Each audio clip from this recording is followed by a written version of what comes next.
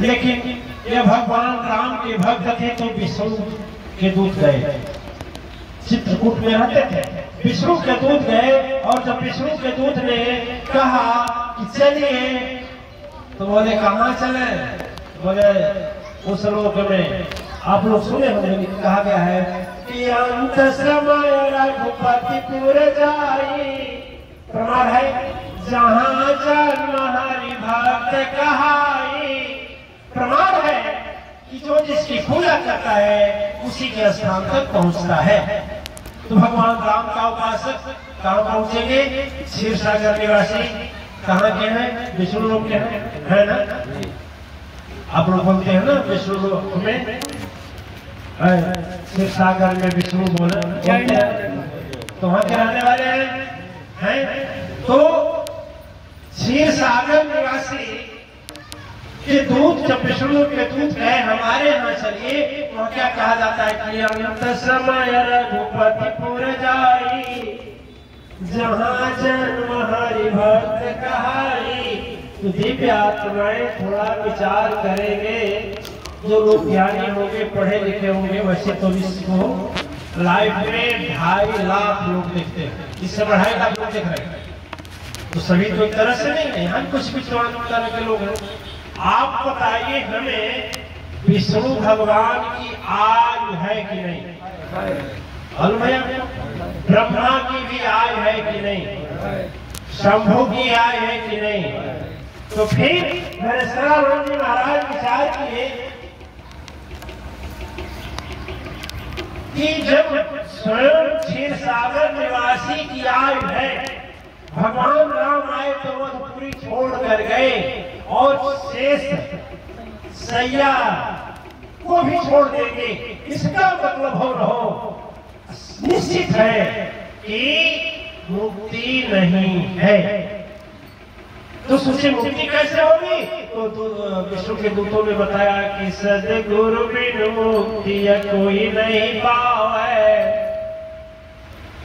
भले ज्ञान वेद लेख गावे, सद्गुरु ज्ञान नहीं मिलन जीवन अंत, बिना गुरु न प्रकट ही स्वयं कहीं भगवत।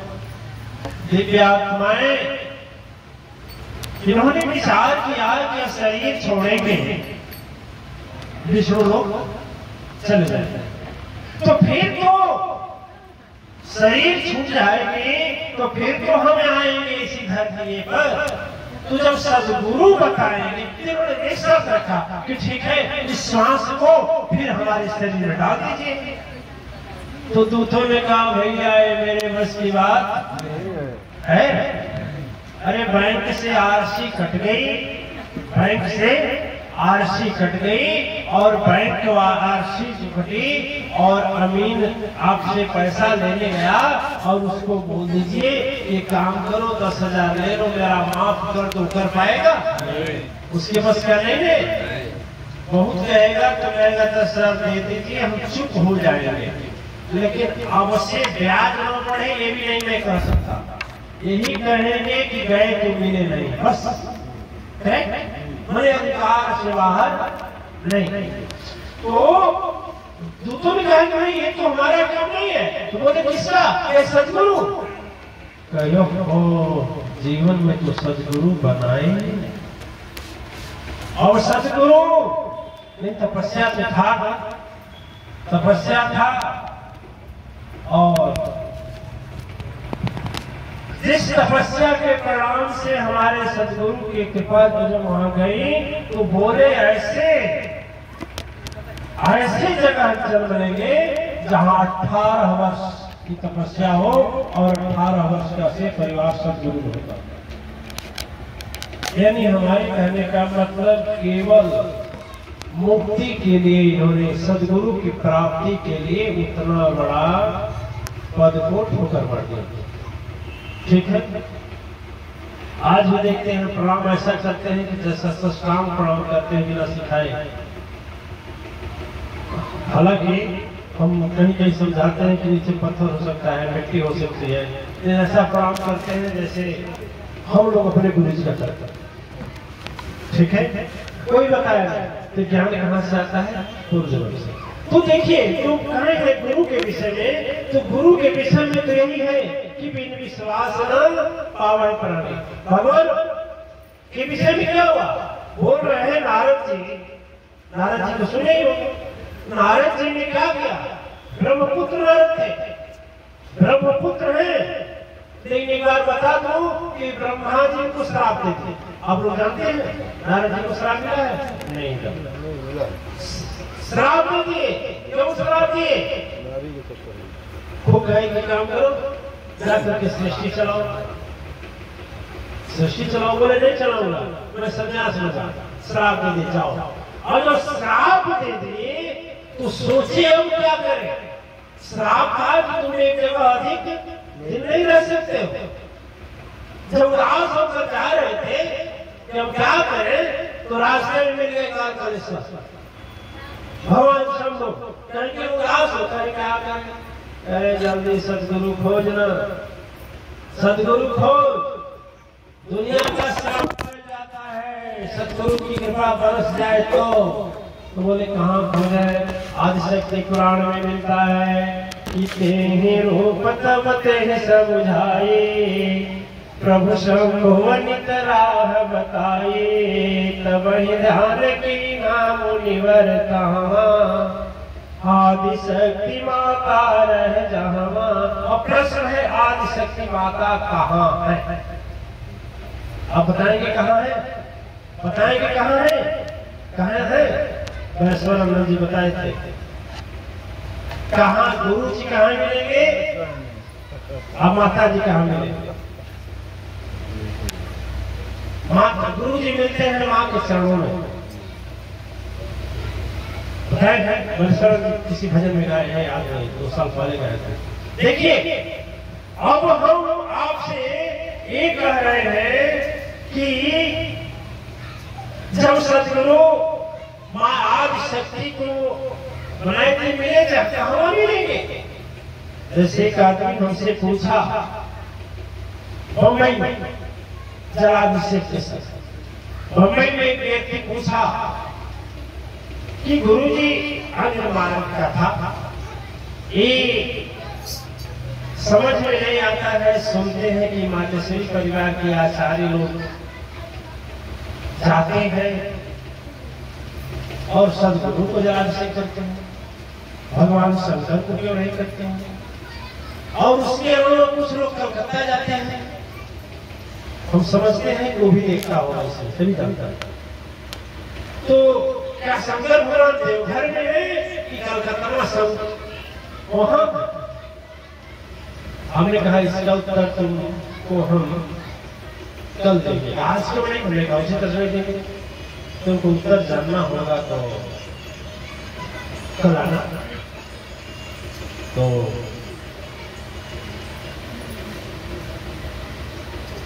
हम उसका जिज्ञासा भी देखते। कल पहुंचा हमारे पास, हमने कहा ठीक है, सारे बत्ती बुझा दो, सारा बत्ती। हमने कहा तुमको क्या बोले जलाने के लिए? कहा कि मोमबत्ती बोले थे, माचिस बोले थे। हमने कहा इस समय क्या है? बोला हमने कहा हमारा छड़ी दिखाओ। काम धरा कैसे दिखाएं? छड़ी कहाँ है? क्या कैसे दिखाएं? हमने कहा ठीक हमारा डायरिया खोजो तो डायरिया पता नहीं कहाँ, अंधकार में कैसे दिखाया जाए? कहाँ है? कहते फिर कहीं लड़ जाएंगे, किसी लड़ जाएंगे मतलब दीवार में टकरा जाएंगे। हमने कहा ठीक है मोमबत्ती जलाओ। मोमबत्ती जलाया। जब मोमबत्ती उससे पूछे कहा कहीं प्रार्थना कर रहे हैं, तो बोला कैसे जाएंगे टकरा जाएंगे। तो हमने कहा अच्छा ये बताओ कि प्रकाश कहाँ है? कहाँ बोला कहाँ प्रकाश है? कहाँ प्रकाश दिखाई दे रहा है? हमने देख में बेरोब होगा, कहाँ बेरोब क्या होगा? हमने कहा हमारे तो बिस्तर लगा ध्यान कर उसके नीचे होगा प्रकाश, यहाँ क्यों है? हमने कहा बाथरूम में होगा, कहा वहां का भी लाइट लगा दिया। हमने कहा ठीक है मोमबत्ती जलाओ, ऊपर रखो। और मोमबत्ती जलाकर जब ऊंचाई पर रखा, हमने कहा वो प्रकाश कहाँ है? मैंने क्या पूछा? प्रकाश कहाँ क्या जवाब देगा? प्रकाश कहाँ नहीं है। उसी तरह से आज शक्ति माता कहाँ नहीं है, भगवान शंकर कहाँ नहीं है, देवघर में थोड़े हैं। अरे जैसे लोग देवघर में जाते थे तो डंडा खाते थे, डंडा भाई अब तो धक्का दे रहे, अब तो धक्के दे रहे। हाँ जाते हैं, और हमारे साक्षात बोलनहारा पूजिए पत्थर से क्या करो, यदि सदगुरु के चरणों में जलाभिषेक कर रहे हैं तो क्या नहीं मिलेगा? नहीं मिलेगा। यदि एक तत्व का दे सकता है, एक तत्व का है ना भगवान शंकर, एक तत्व का और पत्थर एक तत्व है। आप मनुष्य और भगवान के माने 5 तत्व वाला और सदगुरु में हम जान लेंगे तो क्या वो 5 तत्व को नहीं देगा जलाभिषेक का फल? देगा नहीं देगा? बोलिए देगा ना? अभी कहाँ नहीं है। अब इसका मतलब जो गरीब आदमी है जिसके पास इतना पैसा नहीं है वह देवघर न जा पाए और सदगुरु के चरणों में जलाभिषेक कर दे रहा है, हमें बताइए क्या उस कूड़े से वंचित हो जाएगा? अरे दिव्य आत्माएं विठ्ठल महाराज के बहुत बड़े भक्त थे, बहुत बड़े भक्त थे, इतने बड़े भक्त उनके पास 1000 शिष्य थे।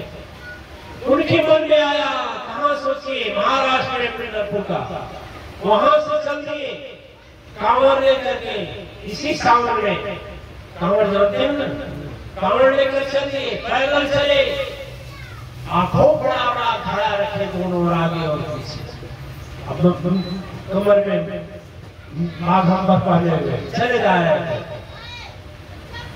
भगवान शंकर सोचे कि देखिए इसमें कौन सच्चा भक्त है, जिनसे भगवान रोज बात करते थे, विठ्ठल भगवान, विठ्ठल भगवान शंकर भगवान विष्णु का एक नाम है। परीक्षा देने के लिए सोचने लगे, कुछ समझ में नहीं आया, लाखों लाख कवड़िया जा रहे हैं। एक ऐसा रास्ता था कि जिसमें करीब 8 से 10 फीट ऊंचा रास्ता था, नीचे गहरी खाई थी, 10 फीट गहरी, समझ रहे नहीं समझे? जब जाए गए तो देखे उसमें सब लोग जा रहे हैं, एक गधा बेचारा उसमें गिर गया है और चारों पैर ऊपर है, चारों पैर ऊपर है और सांस ले रहा है, प्यास से व्याकुल है, आंख से आंसू चल रहा है, मुंह से लार निकल रहा है, मुंह से जैसे मरते समय जब खून आता है घास छा जा रही है। सब लोग चले जा रहे हैं, इतना दूर से भोग कर रहे, भगवान शंकर के मस्तक पर ही जलाभिषेक करेंगे। जाते हैं सभी लोग, एक नहीं लाखों लोग गुजर गए। जब इनकी टोली गई, इनकी भी टोली चली गई, एक सबसे पीछे रुके तो आगे वाला कहा बाबा बोल बोल बम, आगे बोलिए बोल बम बोल बम, नहीं बोलते लोग, इसी उत्साह से बढ़ते तो बोल बम करते चले गए। तो देख रहे थे गला बेचारा ऊपर चारों पैर करके चलते, जिसको खोल करके सांस ले रहा है।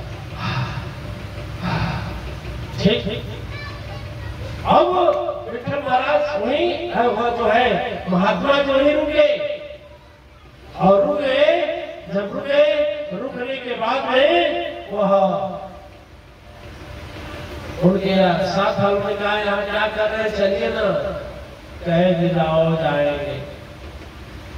मन हृदय प्रवित हुआ, आत्मा थर्राई है, 3 लोक 14 भुवन से एक ही आवाज आई है। वहां पर जल गिराने वाले लाख वहां पर जाते हैं, जिसके सर से गंगा निकली उसको उनको जल पिलाते हैं। थोड़ा बात सोचिए और सोचिए, थोड़ा बुद्धि का